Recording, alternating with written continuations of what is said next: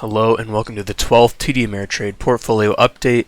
We are currently sitting at $4,693.57, up a ton since the last video. If we look at the 1 week, last video we were sitting at $4,565, so we are up over $140 since last week, which is absolutely huge. This is the highest we've ever been at, I'm pretty sure, in terms of actual numbers. In terms of overall loss, we are currently only down $77 on this portfolio, which is only 1.62%. So we're getting very, very close to breaking even once more. You can see on the chart here, we are the red, S&P 500 is the blue, and we are getting very close. We're back up to these highs that we were at during the end of January, and I'm hoping to hold on to those gains and potentially even break even, as I was hoping by around now. So yeah, so let's go over the positions. There are a ton of positions, a ton of changes, a ton of new things I'm doing that I think will overall benefit the portfolio. Let's start up here. We still have our Google share and we're still down quite a lot on that Google share. Just going to hold on to it, not too worried. Next is our JEPI, which we currently have 70 shares of JEPI, and in fact they just paid their dividend today. So as you can see, I'm up 26.87 on a weekend, and that is because of that dividend. Further down, LABU. So this is a new thing. I'm going to start doing the wheel again.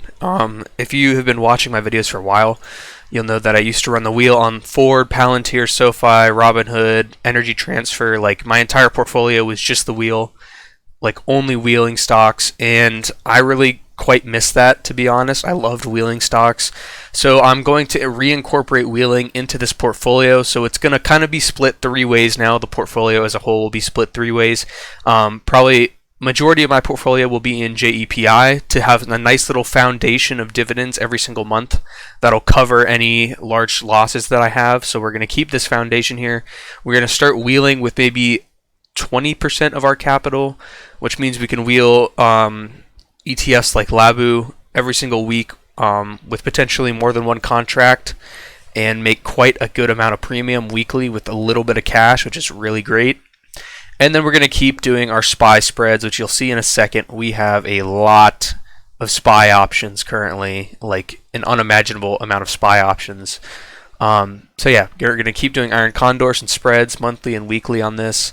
And other than that, the only new thing here is running the wheel on LABU, which is a 3 times biotech S&P 500 bull ETF. So basically, it's 3 times leveraged on the S&P 500. And yeah, I'm going to move this over here so it's easier to see. So let's go over what I've done this week. We'll start off here. We have removal of 4 SPY options due to expiring worthless. Those were our call credit spreads from last week that we ended up holding, and they expired for completely nothing. You can see whenever I let something expire worthless, I pay no commission on it, which is great. So I'm just going to let everything expire worthless from here going forward. Next, we bought 3 shares of JEPI on Monday, 3 shares of JEPI on Tuesday. We got some free interest, which I'll always take from TD Ameritrade. And then we got our 4 dividends. As you can see, we got our special dividend of $65, which is crazy huge. And then we got our regular Ford dividend of $15. So a total of $80 got paid into our account in dividends by Ford this week, which is great. As you know, I did that play, I want to say about a month ago or a couple weeks back, where I would get paid around now $80. And that ended up happening this week. So we got paid a ton this week on Ford. Next, DDD. I ended up selling my DDD after their earnings for a profit. So I originally opened DDD for, let's take a look. Originally opened DDD for $10.97 as the price, and I sold it at $11.12 after their earnings report came out because they shot up quite a bit. So I sold it and made some profit on that. Obviously, it's 15 cents, but I don't know. It just kind of was nice to sell that for a profit. Now that I'm kind of cutting back on what I have in my portfolio, changing things up, you know. Further, bought another JEPI, and I bought a share of LABU. That way I can watch the price fluctuate, so I can kind of get a feel for how LABU's price adjusts and fluctuates over time.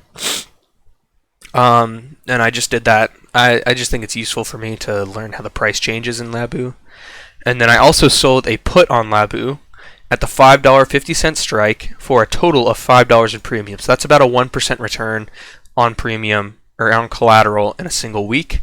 If we go and look at that, I've actually added the classic little wheel thing that I used to have on all my stocks here for LABU, and you can see I opened for a credit of 5 cents and I still have this position open. It had a 0.12 delta, so basically a 90% chance of expiring worthless, and I still got a whole 1% in premium, which is pretty big. It expires this Friday, which is pretty good. Continuing on, I sold a SPY iron condor, as you can see here. This iron condor is set to expire next Friday, so I got that iron condor open on this Friday, so it's going to expire, or actually last Friday, it's going to expire this Friday.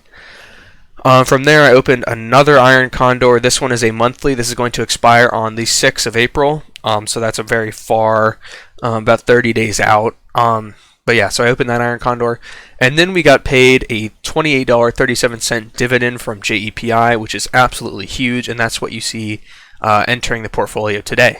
So let's go over a couple things here. So first of all, LABU, you can see that put that I sold for $5 is now only worth $2.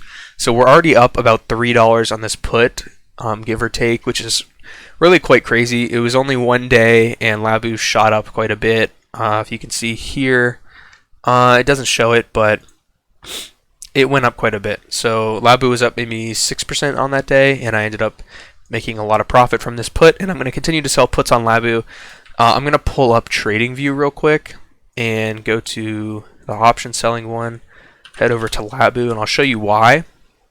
So the reason why I want to start wheeling LABU is because you can see that LABU has been trading in this tiny little channel for let's take a look. 169 days. So for 169 days, you could have just been selling options on this exact channel and making like thousands of dollars without any problems. Like you can see this is just going up and down for literally months. It had a small breakout earlier this month, but you can see we're back into this channel. So my logic with this was, and I looked at LABU's chart, I charted these lines, and then I took a look at LABU. You got to understand that it was before this green candle, so we were right here, and I said, well, we're close to that bottom channel, and my opinion was that if I sell a put below this bottom channel, there should be no chance that it gets hit because of this trend we have going here, and as a result, I ended up opening a put down here, or selling a put, and you can see LABU bounced pretty well off of that line, and now we're making a lot of profit on that put. This little green triangle is representative of the full profit on this put, so when it reaches anywhere inside this green triangle, I make full profit on that put I sold. But yeah, so I'm going to start wheeling this, just selling puts below the 614 line and selling calls above the $8 line if I do get assigned. And I think it'll just be a great passive income machine, pretty much. So yeah. Past that, let's go to SPY real quick. And I want to show you, so I currently have 3 iron condors open. I have 1 iron condor that expires this Friday, which you can see here represented by this yellow inside area, this tiny little yellow area. I have a monthly iron condor that I opened quite a while back. It looks like about a little over a week ago I opened this iron condor. It's this one right here, and this one expires on the 24th of March. And then I have a 3rd iron condor, which I opened on Friday, which expires April 6th, which you can see here. And so that is brand new. But yeah, so let's go look at the portfolio document here.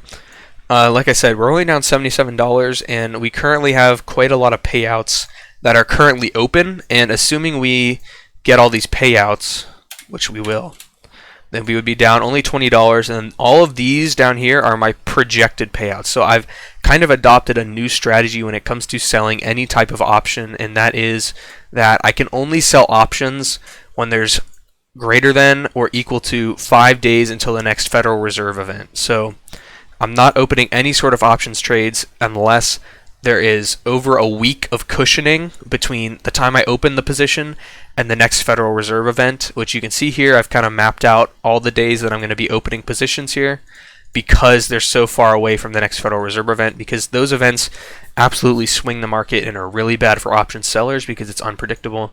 So by selling options 5 days before an options event, Or for example, for the weeklies that I'm selling, like the weekly iron condor has absolutely zero Fed events between the opening and the expiration. And this is just going to help me basically avoid that crazy volatility and hopefully be able to sort of, for my monthly positions, I'm hoping that it'll allow me to settle into positions before a Fed event turns around. So I'll let theta decay take control, let me gain some value on this spread, and then by the time the Fed event comes, we should be pretty well rooted into that position to not have to worry about volatility. So that is my plan. You can see all these times when I plan on opening positions. So there's I believe there's 5 total times in March when I'm willing to open a position. And you can see that reflected here. I plan on selling a weekly spread every single time that I open a position and a weekly put sell on LABU.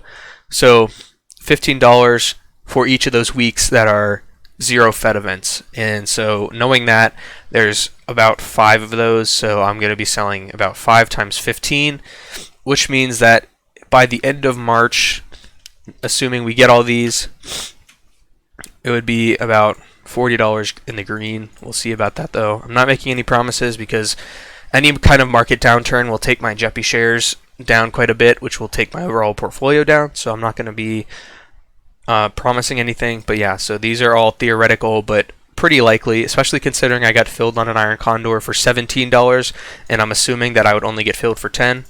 So I think that is a likely thing to happen. Now, if we look over here, you can see that older monthly iron condor that I opened, and you can see the P&L loss chart here. And then here's the new iron condor that I opened, and here's the chart for that. Things are looking pretty good.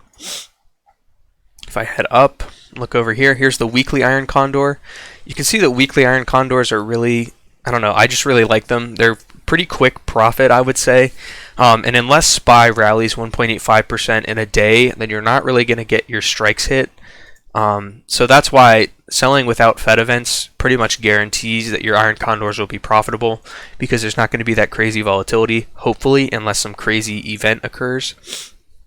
So yeah, let's see if there's anything else here.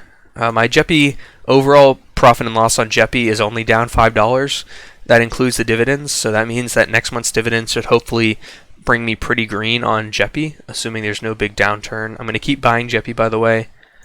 Let's see. Yeah, I bought that share of LABU, as I said. And if we look over at the monthly stuff, you can see because of that dividend, and actually I need to fill this in, because of that dividend, there was quite a large percentage we've already made this month in terms of premiums and income for the month of March. So if I include this, oh wait, hold up. There we go.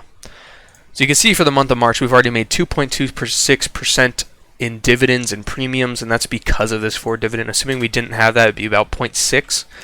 But that's pretty good, especially compared to February as a month was pretty bad in terms of premiums. Just probably mainly because of this failed iron condor, and also because our JEPI position was so small that we didn't get paid a lot in that. But you can see all of my open positions here that are yet to be put in, and then you can also see the positions that I've already closed or received this month. So we're already up a lot this month in just dividends, which is great. And then these weekly iron condors and weekly short puts on LABU will slowly eat away at our loss and hopefully bring us green at some time in the near future. But yeah, thank you for watching this video, and I will see you in next week's video.